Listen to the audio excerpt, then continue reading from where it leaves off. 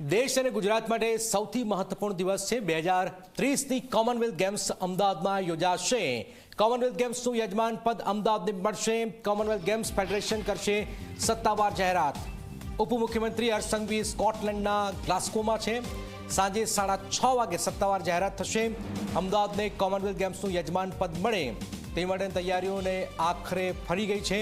આ માટે પ્રધાનમંત્રી નરેન્દ્ર મોદીના માર્ગદર્શનમાં કેન્દ્રીય ગૃહમંત્રી અમિત શાહ, મુખ્યમંત્રી ભૂપેન્દ્ર પટેલ, રમતગમત મંત્રી હર્ષ સંઘવી, આઈએએસ અધિકારી અશ્વિની કુમાર, બંછાનિધિ પાનીનો ફાળો ખૂબ જ મહત્વપૂર્ણ રહ્યો છે અને કોમનવેલ્થ ગેમ્સ અમદાવાદ તૈયાર છે અને અમદાવાદ ફાઇનલ થઈ ચૂક્યું છે કે અમદાવાદના ફાળે એક કોમનવેલ્થ યોજાવા જઈ રહી છે।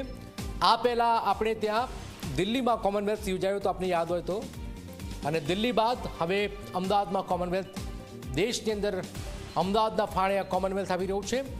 આપને એ પણ જણાવી દીધું કે અમદાવાદ બહુ મોટી ઇવેન્ટ્સનો ભાગ રહી ચૂક્યું છે। તમે જુઓ કે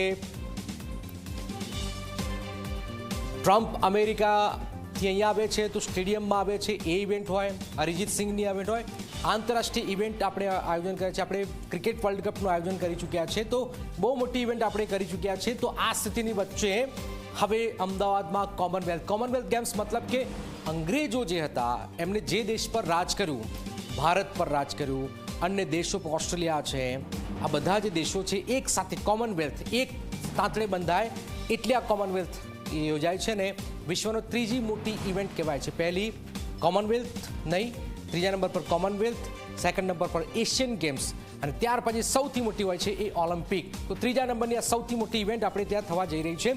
હિતલ જોડાય છે। હિતલ, લગભગ અમિત શાહ પણ સતત 2 દિવસ પહેલાં પણ એની સિગ્નલ આપી ચૂક્યા છે કે અમદાવાદ ફાઇનલ થઈ ચૂક્યું છે। સત્તાવાર 6:30 વાગે જાહેરાત થશે કે અમદાવાદ તૈયાર થઈ રહ્યું છે 2030 માટે કોમનવેલ્થ ગેમમાં છે। હિતલ,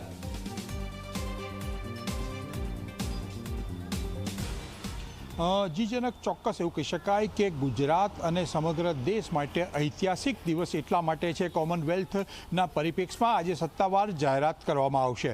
અમદાવાદને યજમાન પદ મળશે। સ્વાભાવિક છે કે કોમનવેલ્થનો ભૂતકાળ જે ભારત સાથે જોડાયેલો છે એ 2010માં દિલ્હીને કોમનવેલ્થ ગેમ મળી હતી। સ્વાભાવિક છે કે આ વખતે 2030માં અમદાવાદની યજમાન પદે કોમનવેલ્થ ગેમ યોજાય એ માટેની તૈયારીઓ કેન્દ્ર સરકાર અને રાજ્ય સરકાર દ્વારા અગાઉથી જ કરી લેવામાં આવી છે અને એના જ કારણે અનેક અમદાવાદમાં સ્ટેડિયમો પણનું નિર્માણ થઈ ચૂક્યું છે।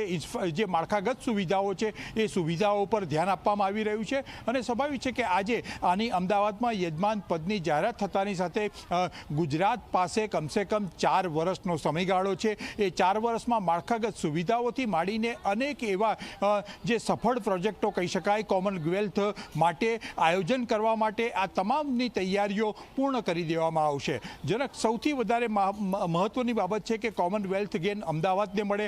અમદાવાદ આંતરરાષ્ટ્રીય કક્ષાએ ના નકશામાં ફરી એકવાર પોતાને પુરવાર કરશે એટલે તેની ઇકોનોમીમાં ફેર પડતો હોય છે। કોમનવેલ્થ ગેમ યોજાય જે જગ્યાએ એ જગ્યાની જે ઇકોનોમી છે ઇકોનોમીને બુસ્ટઅપ મળતું હોય છે, માળખાગત સુવિધાઓ વધતી હોય છે। આ સાથે રમતગમતની જે પ્રવૃત્તિઓ છે એ પ્રવૃત્તિઓ પણ વધતી હોય છે। સ્વાભાવિક છે કે એટલા જ માટે પ્રધાનમંત્રી નરેન્દ્ર મોદીનું સપનું હતું અને તેમણે એટલા જ માટે ખેલો ગુજરાતથી માંડીને શરૂઆત કરી હતી અને રમતગમતમાં ગુજરાત આગળ વધે એ માટે આ એક સીમાચિહ્ન રૂપ અમદાવાદમાં કોમનવેલ્થ ગેમ રમાવાનું બનશે। ખૂબ જ મહત્વપૂર્ણ જાણકારી આપી છે। હાલાકી એ આપણે ન ભૂલવું જોઈએ કે કોમનવેલ્થ ગેમ્સ માટે વર્ષોની મહેનત લાગે છે અને ત્યારે આપણે આ સક્સેસફુલ થઈ રહ્યા છે। આભાર હિતલ, આપણી પાસે ફરીથી આવીશું।